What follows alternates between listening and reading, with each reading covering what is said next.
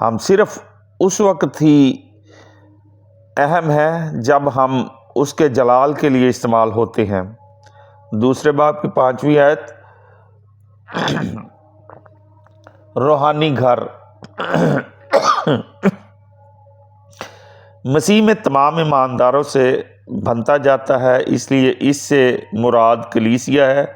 کلیسیا میں اور عہد عتیق کی ہیکل میں یہی ایک بات مشترک ہے کہ یہ زمین پر خدا کی سکونت گاہ ہے۔ آپ حوالہ اسٹڈی کر سکتے ہیں صلاۃ ملوک کی پہلی کتاب، اس کا 6 باب 11ویں سے 13ویں آیت، افسیوں 2 باب 22 آیت۔ لیکن یہ ہیکل سے فرق بھی ہے، کیونکہ وہ مادی اور ٹھوس عمارت تھی جو خوبصورت لیکن بے جان اور فانی سامان سے بھری ہوئی تھی، لیکن کلیسیا ایک ایسی عمارت ہے جو زندہ پتھروں سے تعمیر ہوئی ہے۔ اب منظر تیزی سے تبدیل ہوتا ہے۔ روحانی گھر کی جگہ کاہنوں کا مقدس فرقہ لے لیتا ہے، جن کے کام کا تعلق بھی گھر ہی سے ہے۔ ایماندار نہ صرف گھر میں زندہ پتھر ہیں بلکہ مقدس کاہن بھی۔ موسوی شریعت میں کہانت صرف لاوی کے قبیلہ اور ہارون کے خاندان تک محدود تھی، اور یہاں تک کہ جو کاہن تھے انہیں بھی خدا کی حضوری میں جانا منع تھا، بلکہ سردار کاہن ہی خدا کی حضوری میں جا سکتا تھا، اور وہ بھی صرف کفارہ کے دن یعنی یوم کپور، اور صرف اس طریقہ کے مطابق جو خداوند نے اس موقع کے لیے مقرر کر رکھا تھا۔ نئے عہد میں تمام ایماندار کاہن ہیں، اور وہ فوری طور پر رات یا دن کسی وقت بھی بادشاہوں کے بادشاہ کی حضوری میں جا سکتے ہیں۔ موسوی شریعت میں پرندوں، جانوروں اور خوراک کی قربانی گزارنی جاتی تھی۔ نئے عہد میں ایمانداروں کا کام روحانی قربانیاں چڑھانا ہے۔ نئے عہد نامہ کی روحانی قربانیاں یہ ہیں: نمبر 1، اپنے بدن میں ایسی قربانی ہونے کے لیے نذر کرنا جو زندہ اور پاک اور خدا کو پسندیدہ ہے۔ یہ روحانی پرستش کا ایک عمل ہے۔ ملادہ فرمائے رومیوں 12 باب 1 آیت۔ نمبر 2، حمد کی قربانی، یعنی ان ہونٹوں کا پھل جو اس کے نام کا اقرار کرتے ہیں۔ حوالہ اسٹڈی کریں عبرانیوں 13 باب 15 آیت۔ نمبر 3، نیک کاموں کی قربانی، بھلائی کرنا نہ بھولو، اس قربانی سے بھی خدا خوش ہوتا ہے۔ عبرانیوں 13 باب 16 آیت اسٹڈی کریں۔ 4 نمبر، مال و دولت کی قربانی، سخاوت کرنا نہ بھولو، اس قربانی سے بھی خدا خوش ہوتا ہے۔ عبرانیوں 13 باب 16 آیت۔ نمبر 5، خدمت کی قربانی، پولس رسول غیر قوموں میں اپنی خدمت کو کاہنوں کی قربانی کہتا ہے۔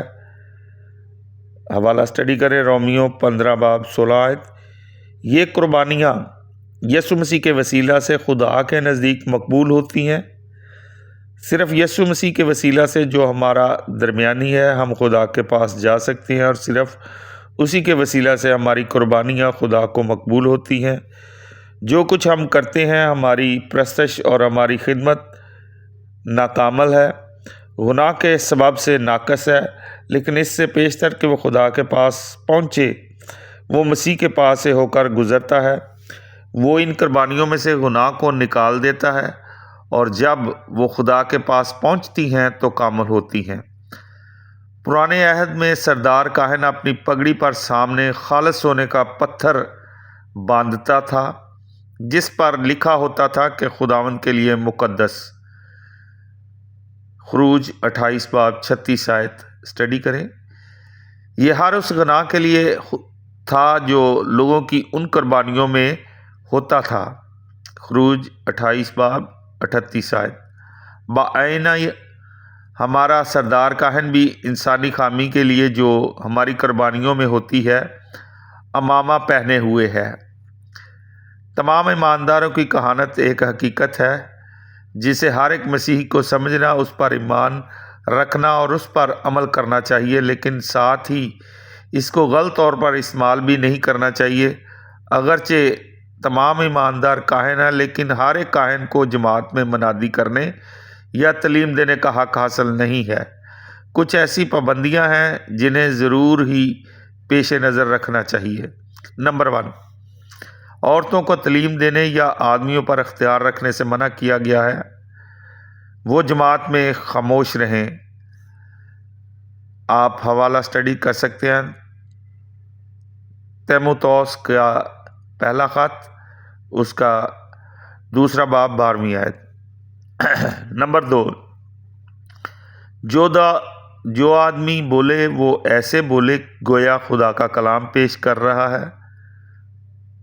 پطرس کا پہلا خط، 4 باب، اس کی 11 آیت۔ اس کا مطلب یہ ہے کہ اسے پوری تسلی ہونی چاہیے کہ وہ اس وقت وہ کلام پیش کر رہا ہے جو اس خاص موقع پر خدا کرتا ہے۔ نمبر 3، جس طرح انسانی جسم کے ہر ایک عضو کا کوئی نہ کوئی کام ہے، اسی طرح تمام ایمانداروں کو بھی کوئی نہ کوئی نعمت ملی ہے۔ رومیو 12 باب 6 آیت۔ کرنتھیوں کے نام پہلا خط 12 باب 7ویں آیت۔ لیکن تمام نعمتوں میں منادی کرنا شامل نہیں ہے، اور نہ سب کو مبشر، پاسٹر، فادر یا استاد کی خاص نعمت دی گئی ہے۔ حوالہ اسٹڈی کریں، افسیوں 4 باب 11 آیت۔ نمبر 4، ایک نوجوان کو اپنی نعمت کو چمکانا چاہیے۔ تیموتوس کے نام پولس رسول کا 2 خط، پہلا باب، اس کی 6 آیت۔ اگر اس نعمت میں منادی کرنا، تعلیم دینا یا کسی اور طریقہ سے لوگوں کے ساتھ کلام کرنے کی نعمت شامل ہے تو اسے جماعت میں ضرور استعمال کرنا چاہیے۔ نمبر 5، ایمانداروں کی کہانت کے ایک پہلو کو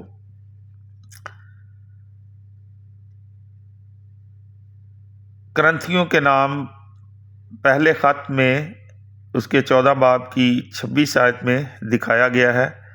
پس بھائیو، کیا کرنا چاہیے؟ جب تم جمع ہوتے ہو تو ہر ایک کے دل میں مزمور یا تعلیم یا مکاشفہ یا بیگانہ زبان یا ترجمہ ہوتا ہے۔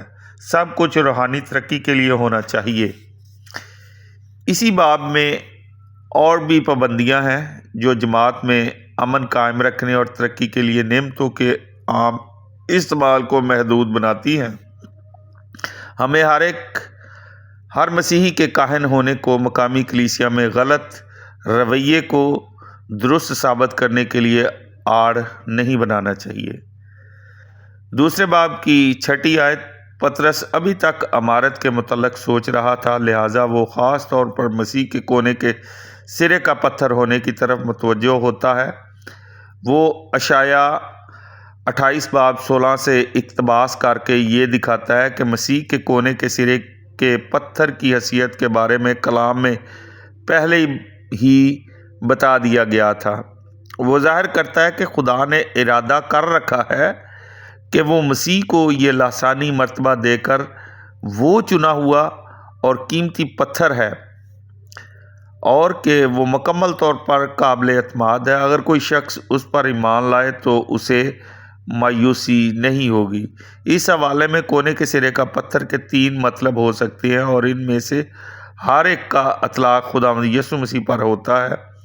نمبر 1، جدید فن تعمیر میں کونے کے سرے کا پتھر بنیاد کے ایک کونے پر رکھا جاتا ہے جہاں وہ 2 دیواروں کو جوڑتا ہے۔ مسیح کونے کے سرے کا پتھر یعنی حقیقی بنیاد ہے۔ آپ حوالہ اسٹڈی کر سکتے ہیں، کرنتھیوں کے نام پہلا خط، اس کا 3 باب 10ویں اور 11ویں آیت۔ جس طرح 2 دیواریں ایک عمارت میں جڑی ہوتی ہیں، اسی طرح اس نے ایمان لانے والے یہودیوں اور غیر قوموں کو ایک نئے انسان میں جوڑ دیا ہے۔ افسیوں 2 باب، اس کی 13ویں آیت سے 14ویں آیت۔ نمبر 2، بعض علماء کا خیال ہے کہ یہ پتھر محراب ہے۔ محراب میں مرکزی پتھر ہوتا ہے جو محراب کو مکمل کرتا اور باقی عمارت کو تھامے رکھتا ہے۔ یہ تشریح بھی ہمارے خداوند پر یقیناً صادق آتی ہے۔ وہ محراب میں سب سے اہم پتھر ہے اور اس کے بغیر عمارت میں کوئی قوت یا پیوستگی نہیں ہوگی۔ نمبر 3،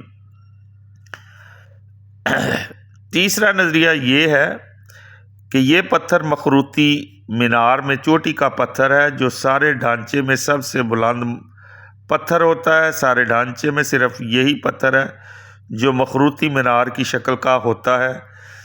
یہ آخری پتھر ہے جسے اس کی جگہ پر رکھا جاتا ہے۔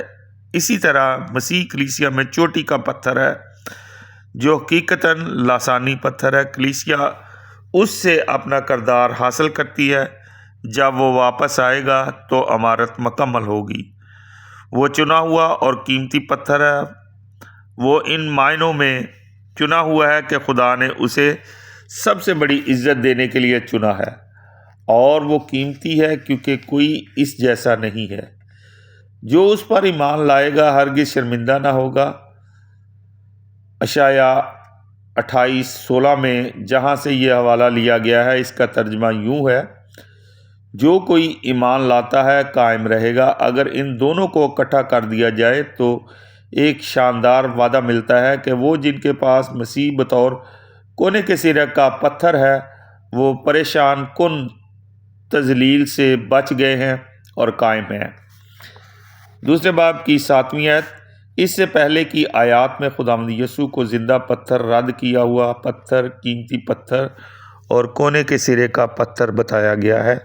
اب ایسا معلوم ہوتا ہے کہ کسوٹی کو استعمال کیے بغیر پطرس مسیح کو کسوٹی کے طور پر پیش کرتا ہے۔ کسوٹی وہ پتھر ہے جس پر سونے کو رگڑ کر دیکھا جاتا ہے کہ اصلی ہے یا نکلی۔ جب لوگوں کا نجات دہندہ کے ساتھ رابطہ قائم ہوتا ہے تو انہیں دکھایا جاتا ہے کہ در حقیقت وہ کیا ہیں۔ جس قسم کا وہ اس کے بارے میں رویہ اختیار کرتے ہیں اس سے ظاہر ہو جاتا ہے کہ ان کی حالت کیا ہے۔ حقیقی ایمانداروں کے لیے وہ قیمتی ہے، لیکن غیر ایماندار اسے رد کر دیتے ہیں۔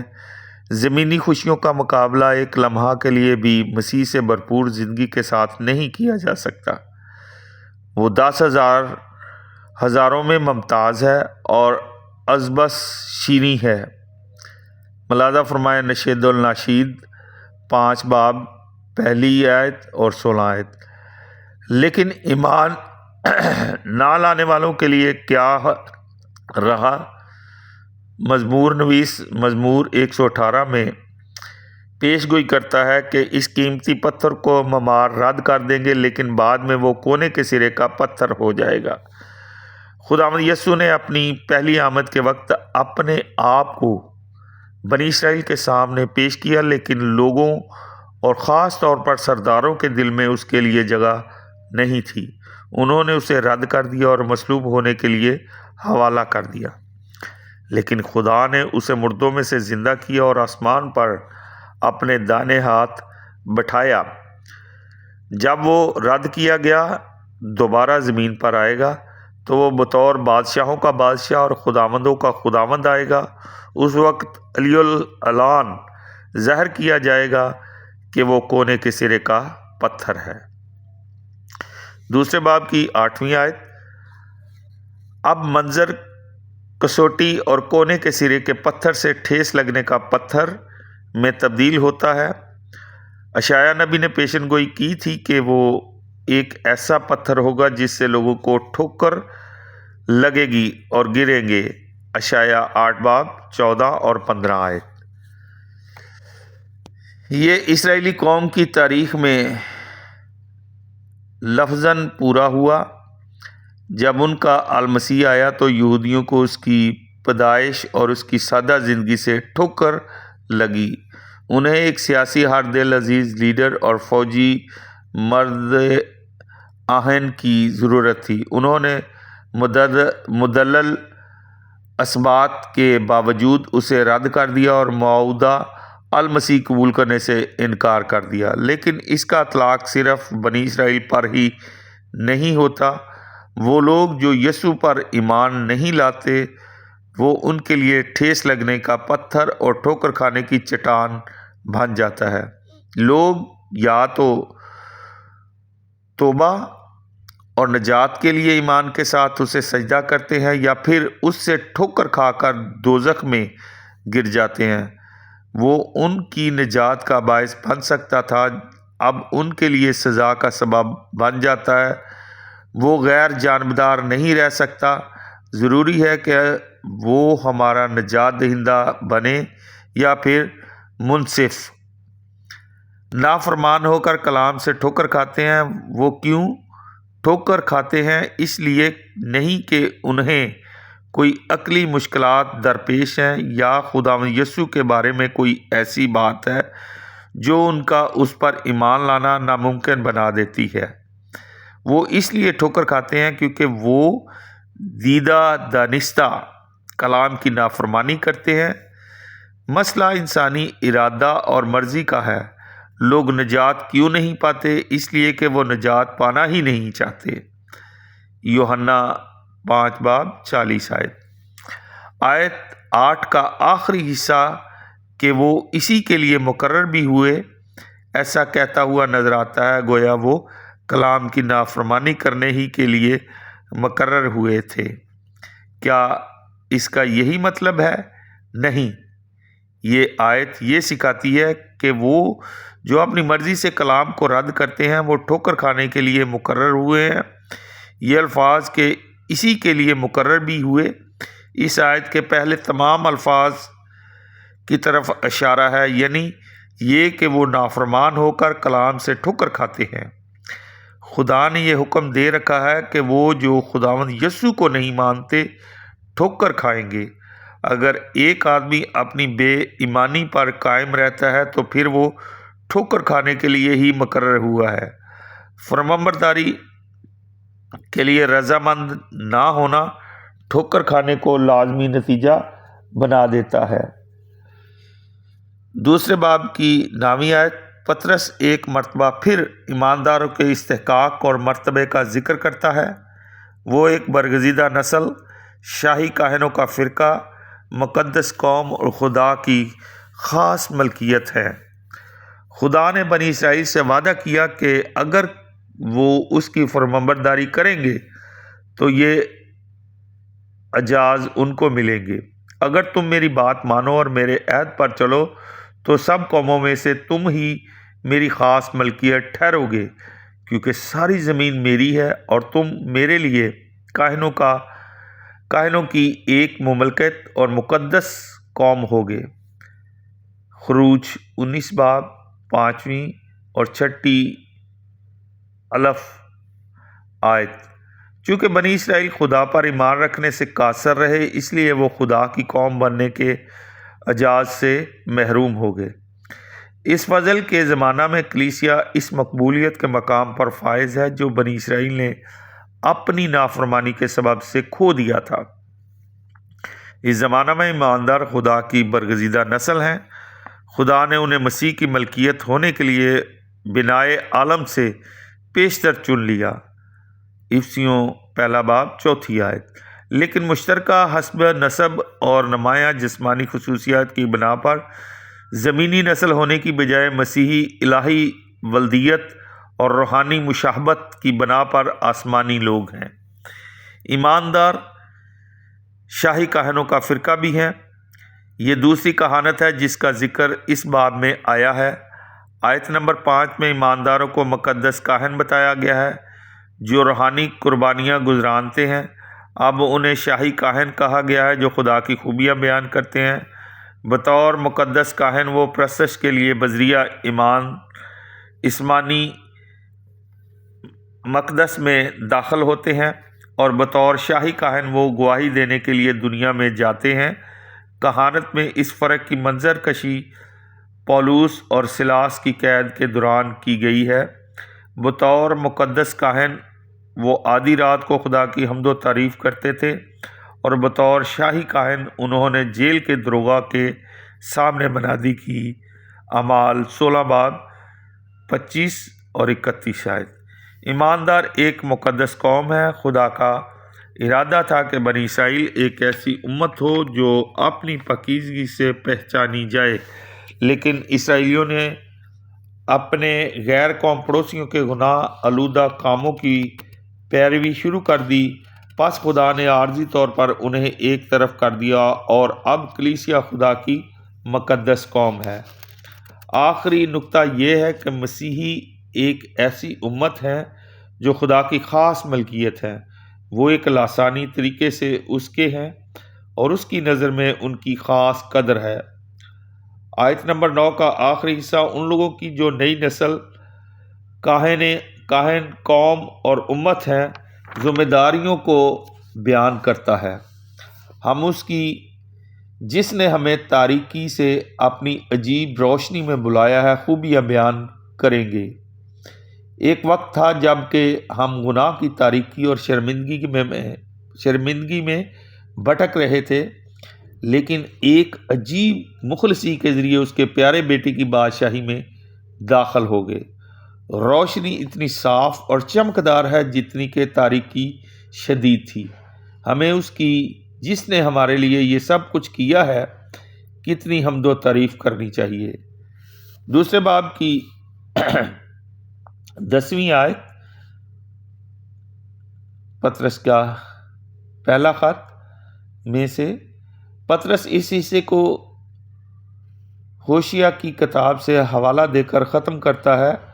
نبی کی اپنی المناک خاندانی زندگی کو ایک عملی سبق کے طور پر استعمال کرتے ہوئے خدا اسرائیلی قوم پر سزا کا اعلان کرتا ہے۔ چونکہ وہ اس کے وفادار نہ رہے تھے، اس لیے اس نے کہا کہ وہ ان پر مزید رحم نہیں کرے گا اور وہ اس کے لوگ نہیں ہوں گے۔ ہوشیہ پہلا باب 6 اور 9 آیت۔ لیکن اسرائیل کو ایک طرف ہٹانا آخری بات نہیں تھی، کیونکہ خداوند نے یہ وعدہ بھی کر رکھا تھا کہ اسرائیل کو بحال کیا جائے گا۔